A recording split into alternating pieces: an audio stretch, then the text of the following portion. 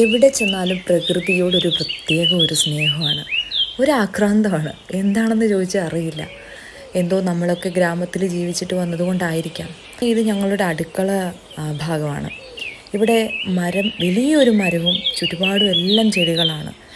ഈ കാറ്റും നല്ല തണുത്ത കാറ്റത്ത് ഇങ്ങനെ പക്ഷികളുടെ കൊഞ്ചലൊക്കെ കേട്ടുകൊണ്ട് രാവിലെ എഴുന്നേറ്റ് അവിടെയൊക്കെ നോക്കുമ്പോൾ കിട്ടുന്ന ഒരു പോസിറ്റീവ്, നമ്മുടെ സമൂഹത്തിൽ, നമ്മുടെ ആവാസ വ്യവസ്ഥയിൽ എത്രയോ മനോഹരങ്ങളായിട്ടുള്ള കാര്യങ്ങളുണ്ട്. അത് നമ്മൾ ആസ്വദിക്കാൻ സമയം കണ്ടെത്തുന്നു എന്നുള്ളതാണ് ഏറ്റവും പ്രധാനം.